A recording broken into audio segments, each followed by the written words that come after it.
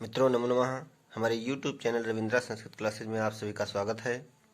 आज हम आप सभी के समक्ष संस्कृत विषय से संबंधित कुछ प्रश्न लेकर उपस्थित हुए हैं जो यूपी टेट तथा सुपर टेट की दृष्टि से बहुत ही महत्वपूर्ण हैं। तो आइए देखते हैं प्रश्न नंबर 61। वनेपि पदे कः संधि। मित्रों, वनेपि इस पद में पूर्व रूप अवग्रह चिन्ह जो लगा हुआ है, यह चिन्ह बताता है कि जिस भी पद में यह चिन्ह लगा होगा उसमें या तो फिर उत्तर संधि होगी, जिसका सूत्र है अतोरोरप प्लुतात् प्लुते, और या तो फिर पूर्व रूप संधि होगी। तो ये कैसे हम जानेंगे कि इसमें उत्तर संधि है अर्थात विसर्ग संधि है, और कैसे जानेंगे पूर्व रूप संधि है। तो मित्रों, इसमें ना तो विसर्ग संधि का कोई ऑप्शन है और ना तो उत्तर संधि का कोई ऑप्शन है, किंतु पूर्व रूप संधि का तो ऑप्शन इसमें दिया हुआ है। अतः वनेपि पद में पूर्व रूप संधि होगी। बढ़ते हैं नेक्स्ट क्वेश्चन की तरफ। अगला क्वेश्चन जो है वो देखिए, लिखा हुआ है नीति मार्गम के न परिलंघयन्ति। नीति के मार्ग का कौन उल्लंघन नहीं करते हैं, अर्थात कौन नीति के मार्ग पर चलते हैं। जनाः सेवकाः कुलीना बालकाः।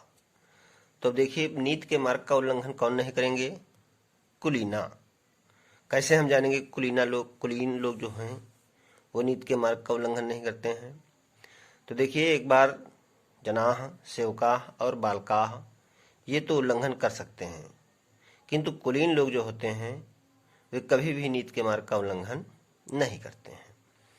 अब हम बढ़ते हैं नेक्स्ट क्वेश्चन की तरफ। मित्रों, अगला क्वेश्चन है तत्रैव में संधि है। तो इसको मित्रों ट्रिक के माध्यम से हम देखेंगे कि अय और औ की मात्रा जब किसी भी संधि पद में दिखाई पड़े तो वहां पर वृद्धि संधि होती है। वृद्धि संधि का सूत्र है मित्रों वृद्धिरेचि। यह सूत्र कहता है कि यदि ह्रस्व आ या फिर दीर्घ आ अर्थात छोटा आ या बड़ा आ के बाद यदि ए या आए आए तो फिर आय हो जाता है, और ओ या औ आए तो औ हो जाता है। तो मित्रों, यहाँ पर तत्र प्लस एव बराबर तत्रैव हुआ है, अतः इसमें मित्रों दीर्घ संधि न होकर के वृद्धि संधि हुई है। अब हम बढ़ते हैं मित्रों अगले क्वेश्चन की तरफ। अगला क्वेश्चन है मित्रों संस्कृत में आयोग वाह वर्णों की संख्या है। आयोग वाह, सबसे पहले तो हम देखेंगे कि आयोग वाह किसे कहते हैं।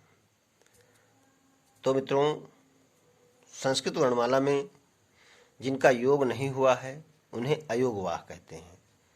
तो अब हम देखेंगे कि संस्कृत वर्णमाला में किसका किसका योग नहीं हुआ है। तो मित्रों, इसमें अनुस्वार और विसर्ग तथा उपध्यमानी और जिह्वामूली इनका योग नहीं हुआ है, अतः इनकी संख्या 4 है, यानी विकल्प नंबर 2 सही होगा। अब हम बढ़ते हैं मित्रों, अगला जो क्वेश्चन है वह है अनुरूपम में समास है। मित्रों, अनुरूपम में समास कौन सा हो सकता है?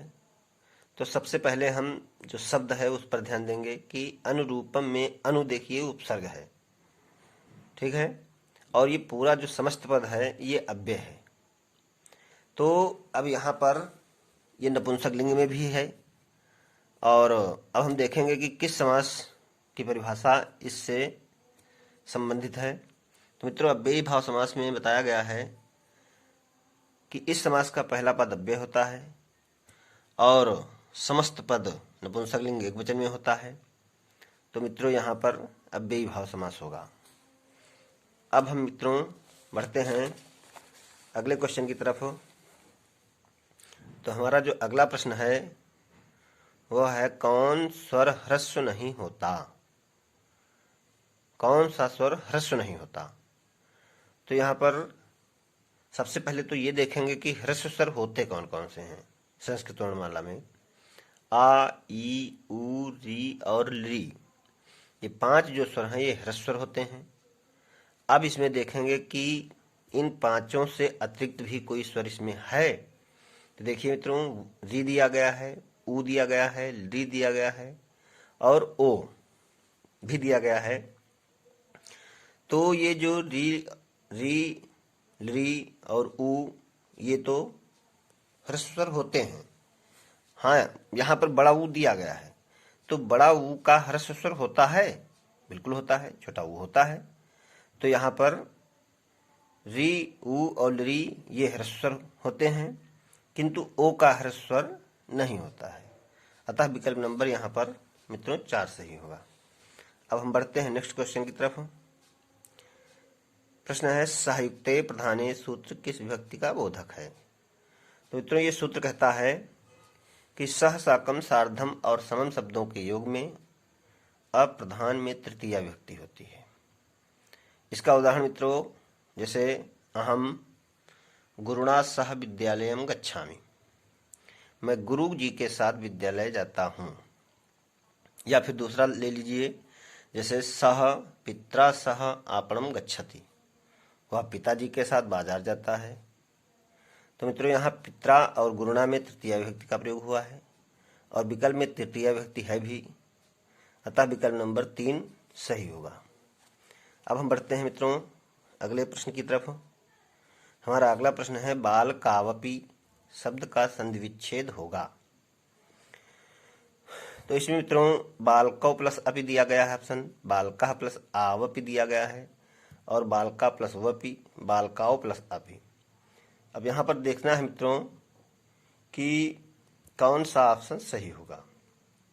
तो देखिए, जो पहला ऑप्शन है बालकौ प्लस अपि, पहले तो ये हम देखेंगे कि इसमें दोनों पद जो सार्थक हों वो वाला ऑप्शन सही होना चाहिए। तो बालकौ और अपि जो है मित्रों ये सार्थक दिख रहा है। अब इसमें हम देखेंगे क्या हमारा नियम कोई लग रहा है।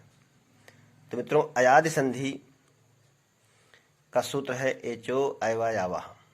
ये सूत्र कहता है कि ए ओ ऐ औ के बाद जब कोई भी स्वर हो तो ए को ऐ, ओ को औ, ऐ को आय, औ को आव हो जाता है।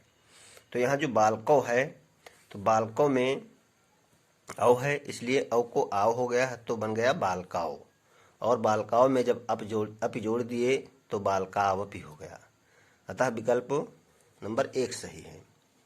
अब हम बढ़ते हैं अगले क्वेश्चन की तरफ। अगला क्वेश्चन है मित्रों, बगुले को संस्कृत में कहते हैं। तो देखिए, चटकाह का मतलब होता है मित्रों चिड़िया, और बकाह का मतलब बगुला, कपोता का मतलब कबूतर और काका का मतलब होता है कौवा। अतः यहाँ पर विकल्प नंबर 2 सही होगा। अब बढ़ते हैं मित्रों अगले प्रश्न की तरफ। हमारा अगला प्रश्न है, हरये क्रुध्यति में हरये में कौन सा कारक है? तो इसका एक सूत्र है मित्रों, क्रुद्ध द्रुहेर्ष्यासूय अर्थानाम यम प्रतिकोपः, अर्थात क्रुद्ध, द्रुह, ईर्ष्य और असूय अर्थ वाली धातुओं तथा इनके समान अर्थ रखने वाली अन्य धातुओं के योग में चतुर्थी विभक्ति होती है। जिसके प्रति क्रोध किया जाता है, जिसके प्रति द्रोह किया जाता है, जिसके प्रति ईर्ष्या की जाती है और जिसके प्रति असूया की जाती है, उसमें चतुर्थी विभक्ति होती है।